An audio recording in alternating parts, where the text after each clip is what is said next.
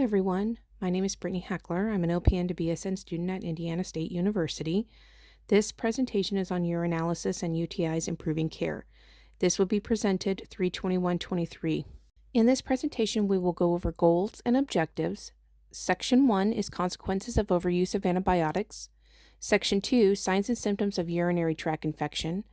Section 3, the situation, background, assessment input, and request, SBAR communication approach, and references.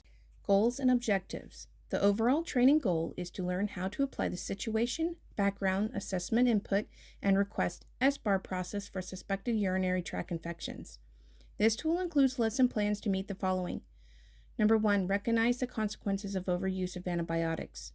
Number 2, identify the signs and symptoms of UTIs and apply best practices for antibiotic stewardship to residents with suspected UTIs. Number 3, review the SBAR communication approach, situation, background, assessment input, and request, and discuss how it can be applied. The target audience for this presentation are nursing directors, nursing care teams, registered nurses, licensed practical nurses or vocational nurses, and nursing assistants. Section 1, consequences of overuse of antibiotics. Antibiotic use in nursing homes. Antibiotics are one of the most prescribed medications in nursing homes. About 7 out of 10 clients in long-term care facilities receive an antibiotic yearly. Some concerns about antibiotic use in nursing homes are: evidence has shown that antibiotics given to clients who do not have symptoms of infection are not effective, and these antibiotics can be harmful. Antibiotic-resistant organisms are difficult and costly to treat, threaten human health, and can result in death. All medications can have side effects, so using them only when needed is important. Antibiotic-resistant bacteria not only pose a threat to nursing home clients, but also to the community at large. There is a growing problem with antibiotic-resistant organisms, such as multi-drug-resistant gram-negative bacteria, methicillin-resistant Staphylococcus aureus, also known as MRSA, vancomycin-resistant enterococci, also known as VRE. What can we do? Antibiotic stewardship. Antibiotic stewardship is an approach or program that focuses on improving antibiotic use by avoiding unnecessary or inappropriate antibiotics. Nursing staff play an essential role in antibiotic stewardship, as everyone must work together to make sure that clients only get antibiotics when needed. The overview of roles for nurses in antibiotic stewardship. Nursing staff are in an ideal position to find out the right information at the right time so the resident can get the right type of care. One of the most important roles for nurses is communication, specifically knowing what to communicate as well as how, when, and to whom. An additional role is assessment, which means interpreting the data for information that is measured. Another role is measurement, which includes observing residents, taking vital signs, measuring resident complaints and status, and documenting what you see. Antibiotic stewardship involves everyone. Physicians, nurse practitioners, and physician assistants need information about the resident's status to make decisions about tests or treatment. Pharmacists need to know the resident's condition to avoid medication errors. Nursing home administrators and quality leaders need data about possible infections to track problems and improve the quality of care. Section 2, signs and symptoms of urinary tract infections. What is a UTI? UTIs are a leading cause of misuse of antibiotics in nursing homes. A UTI is an infection in any part of your urinary system. This can include kidneys, ureters, bladder, or urethra. Most infections involve the lower part of the urinary tract, the bladder, and the urethra. What are some of the signs and symptoms of a UTI? Signs and symptoms of a UTI may vary and are different depending on whether the resident has an indwelling catheter, and a lot of research has been done to identify the symptoms that indicate a UTI in nursing home clients. Some of these may include dysuria, which is painful urination, suprapubic pain, gross hematuria, which is blood in the urine, fever, back or flank pain, new or dramatic change in mental status for clients with an indwelling catheter, a strong persistent urge to urinate, frequent urination and incontinence, and also hypotension. Even when there seems to be signs and symptoms of a UTI, sometimes they could be related to some other issue or problem. It may not necessarily be a UTI. When a resident has a suspected UTI, the nursing staff can communicate with the physician, NP, or PA about symptoms and the client's condition. This information is essential to deciding about whether to start antibiotics or take other actions first. Myths about urinary tract infections. The first myth is that any change in mental status by itself indicates that a client without an indwelling catheter has a UTI. However, if the client has an indwelling catheter, then a new and dramatic change in mental status alone is a reason to suspect a UTI. Even though a change in mental status can be related to an infection, it does not necessarily mean that someone has a UTI. It may be better to wait and assess the client frequently for other symptoms of infection. Some of the possible reasons for change in mental status: dehydration, being tired, medication side effects, vascular problems, head trauma, dementia, hearing or other sensory deficiencies, infection, or other possible causes. The second myth is that dark or foul-smelling urine means that someone has a UTI. Possible reasons for dark-colored urine. The color of urine comes from a pigment called urochrome. If urine is darker, then it is more concentrated. This may indicate that a person is dehydrated and needs additional fluids.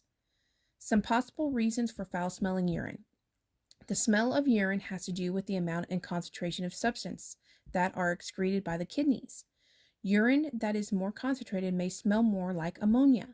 Some examples are dehydration, some foods, vitamins, and health conditions that can affect the smell of the urine. The third myth is that finding bacteria, nitrates, and/or white blood cells or leukocytes in a urinalysis means that the client has a UTI even if the client shows no other signs of infection. Possible reasons for positive results of a urinalysis. Number 1, it's not easy to get a clean catch or midstream catch urine specimen, especially among persons who may have cognitive issues or mobility problems. Number 2, there can be problems with communication. False positives and false negatives can occur with a dipstick urinalysis. Number 3, white blood cells in the urine can be related to use of a catheter, stones, tumors, or infections. Bacteria in the urine does not mean that there is an infection if the client shows no other signs and symptoms of a UTI. Section 3, the situation, background, assessment input, request, SBAR communication approach. Let's discuss what an SBAR is. SBAR stands for situation, background, assessment input, and request. It is a standardized communication technique that is becoming a best practice for handoffs, transferring clients, and for communicating important information to other providers. SBAR can help nursing home staff document a client's condition to make it easier to determine whether antibiotics are appropriate. Why does SBAR work? Well, it is a focused communication process that emphasizes the most important points that a person you're communicating with needs to know. It also helps people to communicate critical information briefly and concisely.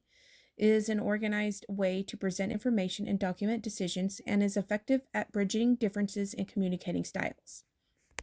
What are steps to using the SBAR? First, organize the information that you want to tell the clinician for each of the 4 parts of SBAR. Do this on paper when possible. Second, contact the clinician and present the information in SBAR order. Third, the clinician may confirm or ask for clarification, or the clinician may request that a specific action be taken. Let's go over what the SBAR provides. The image on the right is the suspected UTI SBAR form that you can get from the Agency for Healthcare Research and Quality. It's an easy-to-use form, and it's broken down into the different categories that you would need to provide information to the provider. Let's go over the first section. It's the situation. So the first part of the form is who you are, your organization, your unit or location, if you're communicating with a clinician outside of the nursing home, a client's name, who you are contacting, and the reason for contacting the clinician and describing information. You're also going to, in this section, provide vital signs. When you're talking to a physician and you're relaying information, they're going to want to know what the vital signs are. The next section is background. This information is the section where you're going to provide significant medical history of the client, mention any diagnoses, current medications, or allergies, and note any other concerns that you may have. Let's continue talking about what the SBAR provides. The image on the right is the second half of the form for the suspected UTI SBAR that you can get from the Agency for Healthcare Research and Quality. It includes sections on assessment input and request. The assessment input component identifies specific criteria needed to make a clinical decision. So where does this information come from? It can be relayed by the client, nursing assistant, or an assessment done by a nurse. This criteria is things like acute pain, fever, urgency, frequency, back or flank pain. The second and last section is request. This section is for documenting instructions from the clinician. If instructions are received by phone, repeat any orders or recommendations to the clinician and verify the action to be taken. This section is just to obtain a UA, monitor vital signs, initiating antibiotics. So this is the form that I like to use when I am doing an SBAR to the provider. It has everything listed out for me, little check boxes. It's easy to use. So I'm hoping that we can implement this into our facility. And also, this form can be provided to the infection control preventionalist to check off if any antibiotics are needed for the client. References. All information was taken from the Agency for Healthcare Research and Quality. This presentation template was created by SlideGo, including icons by Flatigon and infographics and images by FreePic. Please take a few minutes to fill out the short survey with the link provided below. Thank you for viewing this presentation. Please take a few minutes to fill out the short survey with the link provided on the previous slide.